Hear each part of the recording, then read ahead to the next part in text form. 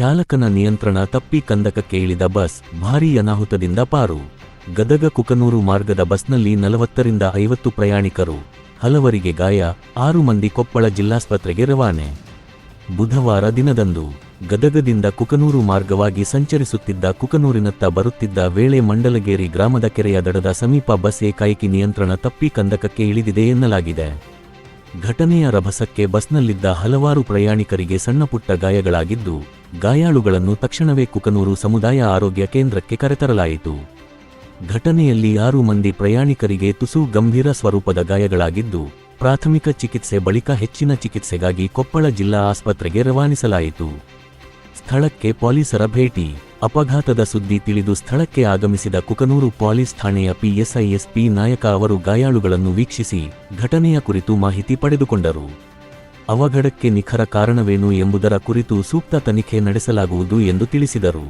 ಚಾಲಕನ ನಿರ್ಲಕ್ಷ್ಯವೋ, ಬಸ್ನ ತಾಂತ್ರಿಕ ದೋಷವೋ? ಬಸ್ನಲ್ಲಿ ಪ್ರಯಾಣಿಸುತ್ತಿದ್ದ ಯಲಬುರ್ಗಾ ಪಟ್ಟಣದ ವರದಿಗಾರ ಶರಣಪ್ಪ ದಾನಕೈ ಮಾತನಾಡಿ, ಗದಗದಿಂದ ಕುಕನೂರಿಗೆ ಬರುತ್ತಿದ್ದ ವೇಳೆ ಏಕಾಏಕಿ ಬಸ್ ರಭಸವಾಗಿ ಚಲಿಸಿದಂತಾಯಿತು. ನಂತರ ಚಾಲಕನ ನಿಯಂತ್ರಣ ತಪ್ಪಿ ಬಸ್ ಕಂದಕಕ್ಕೆ ಇಳಿಯಿತು. ಚಾಲಕನ ನಿರ್ಲಕ್ಷ್ಯವೋ ಅಥವಾ ಬಸ್ನ ತಾಂತ್ರಿಕ ದೋಷವೋ ಎಂಬುದು ತಿಳಿಯುತ್ತಿಲ್ಲ. ಬಸ್ನಲ್ಲಿ ಪ್ರಯಾಣಿಸುತ್ತಿದ್ದ ಸಾರ್ವಜನಿಕರೊಂದಿಗೆ ನನಗೂ ಗಾಯಗಳಾಗಿವೆ ಎಂದು ತಿಳಿಸಿದರು. ಹಳೆಯ ಹಾಗೂ ತಾಂತ್ರಿಕವಾಗಿ ಸಮರ್ಪಕ ಸ್ಥಿತಿಯಲ್ಲಿಲ್ಲದ ಬಸ್ಗಳನ್ನು ಸಾರ್ವಜನಿಕರ ಸಂಚಾರಕ್ಕೆ ಬಳಸಬಾರದು. ಮಾರ್ಗಕ್ಕೆ ಬಸ್ಗಳನ್ನು ಬಿಡುವ ಮುನ್ನ ಅವುಗಳ ಸ್ಟೇರಿಂಗ್, ಬ್ರೇಕ್, ಟೈರ್ ಸೇರಿದಂತೆ ಪ್ರಮುಖ ತಾಂತ್ರಿಕ ವ್ಯವಸ್ಥೆಗಳನ್ನು ಸಂಪೂರ್ಣವಾಗಿ ಪರಿಶೀಲಿಸಬೇಕು. ಸಾರ್ವಜನಿಕರ ಸುರಕ್ಷತೆಗೆ ಆದ್ಯತೆ ನೀಡಿ ಸುಸ್ಥಿತಿಯಲ್ಲಿರುವ ಬಸ್ಗಳನ್ನೇ ಮಾರ್ಗಗಳಲ್ಲಿ ಸಂಚರಿಸಲು ಬಿಡಬೇಕು ಎಂದು ಅವರು ಸಾರಿಗೆ ಇಲಾಖೆ ಅಧಿಕಾರಿಗಳಿಗೆ ಒತ್ತಾಯಿಸಿದರು. ಸುರಕ್ಷಿತ ಬಸ್ಗಳ ಸಂಚಾರಕ್ಕೆ ಸಾರ್ವಜನಿಕರ ಆಗ್ರಹ. ಕುಕನೂರು ಸಮುದಾಯ ಆರೋಗ್ಯ ಕೇಂದ್ರದ ಸಿಬ್ಬಂದಿ ಗಾಯಾಳುಗಳಿಗೆ ತುರ್ತು ಚಿಕಿತ್ಸೆ ನೀಡಿ ಅಗತ್ಯವಿದ್ದವರನ್ನು ಹೆಚ್ಚಿನ ಚಿಕಿತ್ಸೆಗಾಗಿ ಕೊಪ್ಪಳ ಜಿಲ್ಲಾ ಆಸ್ಪತ್ರೆಗೆ ಕಳುಹಿಸಿದರು.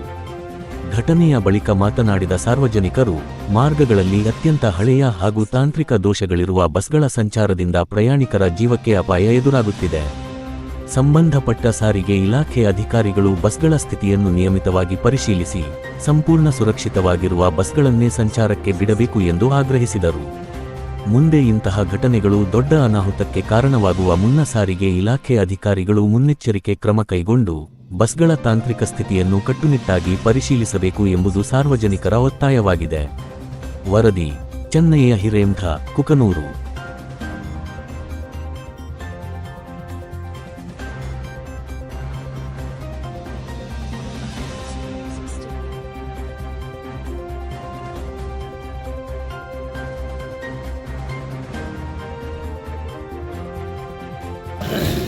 ಅದು ಟರ್ನ್ ಇತ್ತಲ್ಲ, ಟರ್ನ್ ಇರೋದನ್ನ ಹಂಗೆ ಬಂದ್ಬಿಡ್ತು.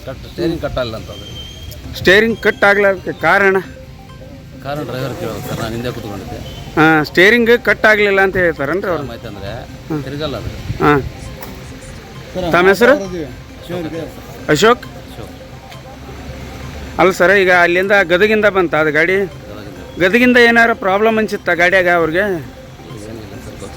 ನಿನ್ನೆ ಬೆಳಿಗ್ಗೆ ಬಿಟ್ಟರು ಗಾಡಿ ಸರ್. ಗದಗ್ ಟು ಕುಕ್ನೂರು. ಪ್ರಾಬ್ಲಮ್ ಏನು ಗಾಡಿದು ಏನಾರ ಪ್ರಾಬ್ಲಮ್ ಆಗಿತ್ತ ಅನ್ನೋಕೆ ಸ್ಟೇರಿಂಗೇ ಕಾರಣ ಅಂತೀರಾ? ಸ್ಟೇರಿಂಗ್ ಕಟ್ ಆಗ್ಲಾರ್ದಕ್ಕೆ ಗಾಡಿ ಸ್ಟೇಟ್ ಹಂಗೆ ಹೋಗೈತಿ, ತೆಗ್ಗಿನಲ್ಲಿ ಇಳ್ದೈತಿ. ಕಟ್ ಆಗಲಿಲ್ಲ, ಹಂಗಾಗಿ ತೆಗಿಗಿಳಿದು ಗಾಡಿ.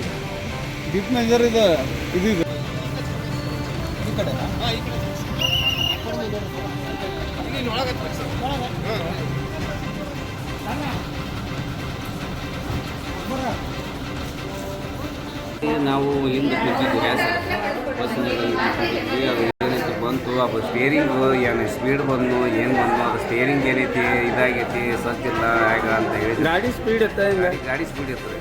ಗಾಡಿ ಸ್ಪೀಡ್ ಇತ್ತು, ಫೂಲ್ ಇತ್ತು. ನಡುಕ್ಕೆ ಅಲ್ಲಿ ಬಿಗಿದ್ರೆ ಓಡಿಸೋದು ಮತ್ತು ಸತ್ತು ಎಣ್ಣೆ ಹಾಕಿದ್ವಿ.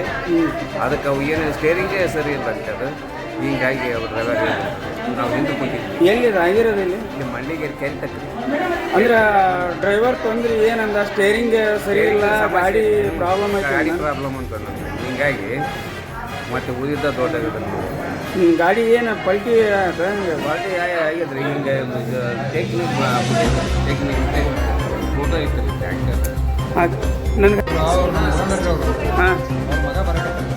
ಏನಾಗಿತ್ತು ಅಂತ ಅಲ್ಲಿ? ಬಸ್ ಏನಾಯ್ತು? ಬಸ್ ಏನು ಹಾಂ ಬಂದು ಸೀದಾ ಓಡ್ಬಿಟ್ಟು ಕೆಳಗೆ ಬಸ್ ಪ್ರಾಬ್ಲಮ್ ಏನು ಬಸ್ ಪಲ್ಟಿ ಆಗಕ್ಕೆ ಏನು ಹಾಂ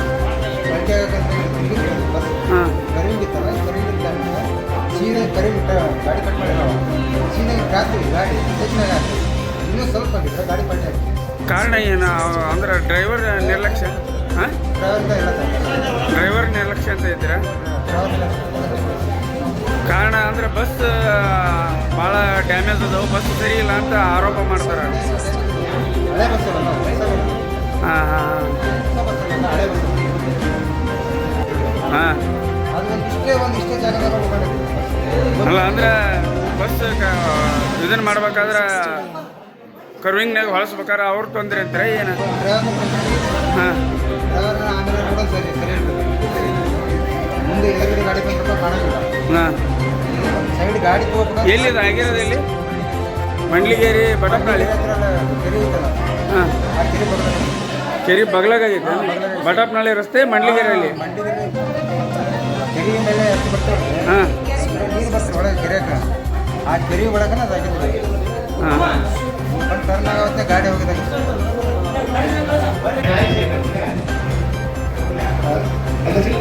ತಾವು ಹಿಂದೆ